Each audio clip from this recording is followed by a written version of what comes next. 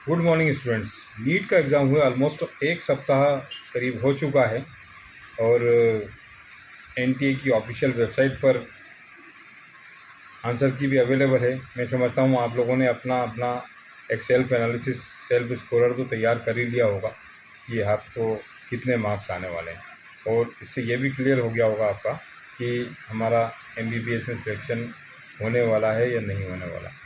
तो अगर इस बार भी आपको ऐसा लगता है कि हमारा एमबीबीएस में सिलेक्शन नहीं होगा, तो इसमें कोई घबराने वाली बात नहीं है। एमबीबीएस में सिलेक्शन होना ही करियर का अंत नहीं है, नहीं होना करियर का अंत नहीं है। इसके अलावा भी बहुत सारे ऑप्शंस हमारे देश में अवेलेबल हैं।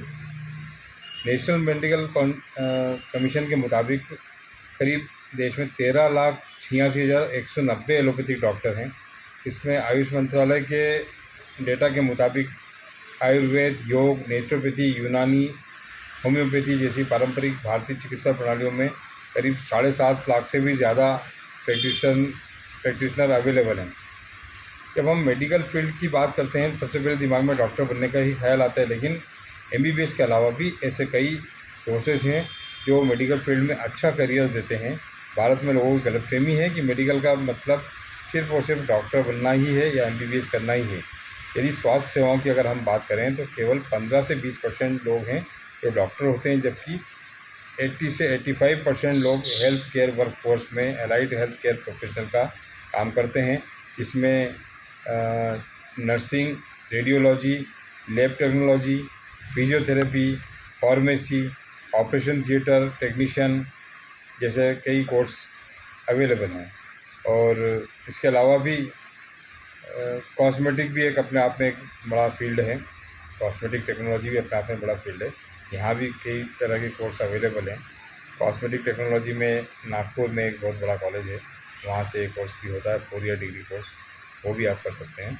तो नीट में असफलता का मतलब करियर का अंत नहीं है। पहले तो ये बात को आप अपने दिमाग में बिठा लेना चाहिए। यदि किसी का नीट नहीं निकल पा रहा है तो उसके पास कई पैरामेडिकल कोर्सेज होते हैं जो आपको जनवरी से मार्च के बीच में या जनवरी फरवरी के बीच में नेट उसमें फॉर्म निकलता है और उसकी एग्ज़ाम्स की डेट्स आती हैं, और आप इसमें इनके कॉलेज की ऑफिशियल वेबसाइट पर जाकर इंफॉर्मेशन ले सकते हैं। तो आप कहने का मतलब ये है कि आप लोगों को अपना एक प्लान बी भी तैयार करके रखना चाहिए कि पैरामेडिकल कोर्सेज पर अगर नज़र दौड़ाएँ तो जो बी प्लान के मुताबिक उसकी तैयारी करने का सही समय यही है। और मैं समझता हूँ कि स्टूडेंट के हाथ में परीक्षा के लिए 6 महीने का वक्त होता है, और स्टूडेंट के हक़ में सबसे बड़ी बात यही कि उन्हें अधिकांश कोर्सेज के लिए अलग से कोई तैयारी नहीं करना पड़ती, बल्कि BSc nursing, physiotherapy, allied health care की बुनियादी जो 11th और 12th क्लास की जो फिज़िक्स, केमिस्ट्री, बायोलॉजी है उसी पर आधारित होती है।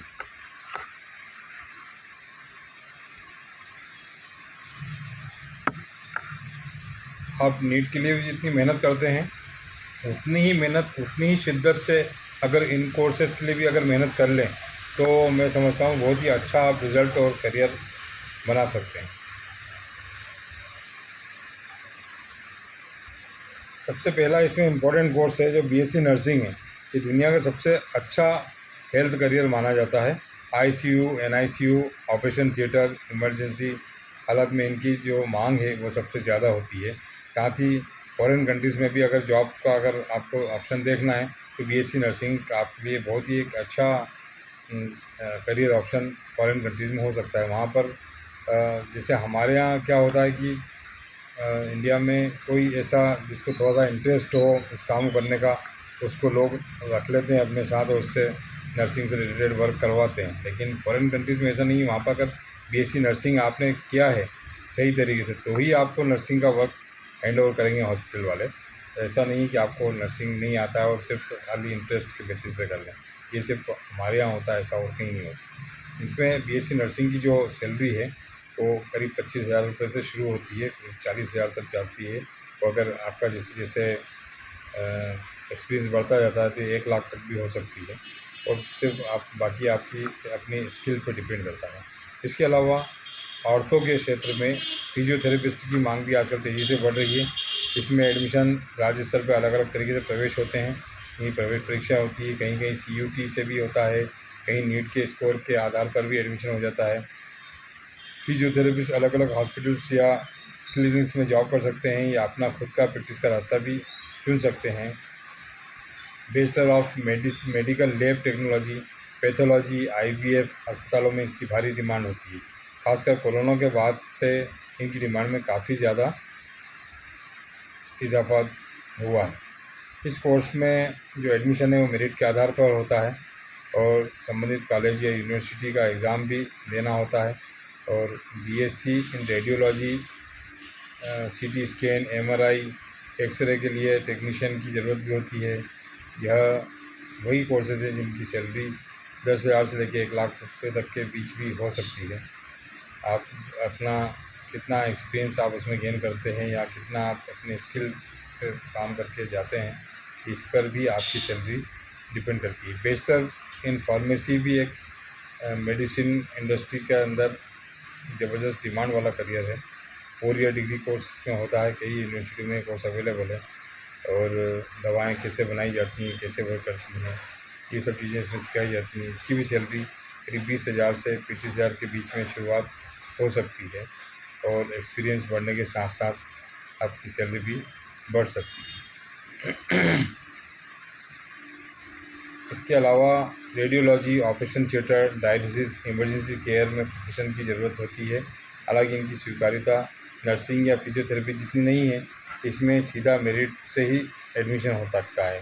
कॉस्मेटोलॉजी, एस्थेटिक मेडिसिन, ये आज का तेज़ी से बढ़ता क्षेत्र है। त्वचा, बाल, एंटी एजिंग वाले प्रॉब्लम्स को सॉल्व करने का, लेज़र ट्रीटमेंट, पिलर्स, आगे जैसे कई तरह के ट्रीटमेंट होते हैं, उन सब में इनकी मांग शहरों में बढ़ती जा रही है।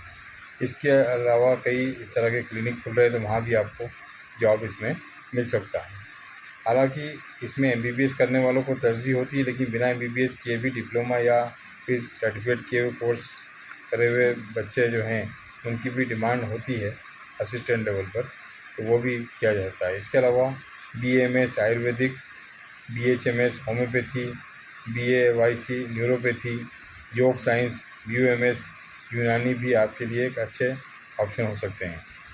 दोस्तों, इंडिया में 20 लाख में से सिर्फ 1 लाख बच्चे या 22 लाख में से जितने भी उन्होंने एग्ज़ाम दिए, उसमें से 1 लाख बच्चे ही MBBS कर पाते हैं। लेकिन जो 85% स्टूडेंट हैं, वो अलाइड हेल्थ प्रोफेशन पर वर्क करते हैं और इनका मतलब सिर्फ डॉक्टर बनना ही मेडिकल फील्ड में जाने का इकलौता रास्ता नहीं है।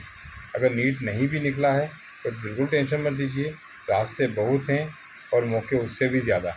अगर आप चाहते हैं कि इस टॉपिक पे हम और भी बात करें, तो आप हमसे संपर्क कर सकते हैं और पर्सनल एडवाइस भी ले सकते हैं और अपना करियर अच्छा बना सकते हैं।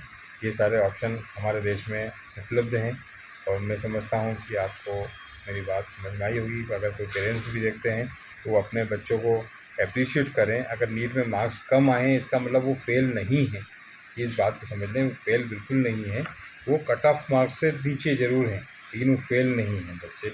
ये वो बच्चे हैं जिन्होंने अपने टाइम मैनेजमेंट को थोड़ा सा माइन्यूटली ऑब्ज़र्व नहीं किया, क्योंकि क्वेश्चंस के सॉल्यूशन तो बच्चों को आते हैं, लेकिन उनको सॉल्व करने का पूरा वक्त नहीं मिल पाता या उस दिए हुए समय में वो बच्चे उसको सॉल्व नहीं कर पाते। सिर्फ इतनी ही बात है, ऐसा नहीं कि उसमें काबिलियत नहीं है, सिर्फ ये सारा मामला टाइम मैनेजमेंट का है। दूसरी बात, ये सब जो करियर मैंने आपको बताया, ये सब भी आप कर सकते हैं और इसके साथ साथ आप अपनी कम्युनिकेशन पावर को इंक्रीज़ कीजिए।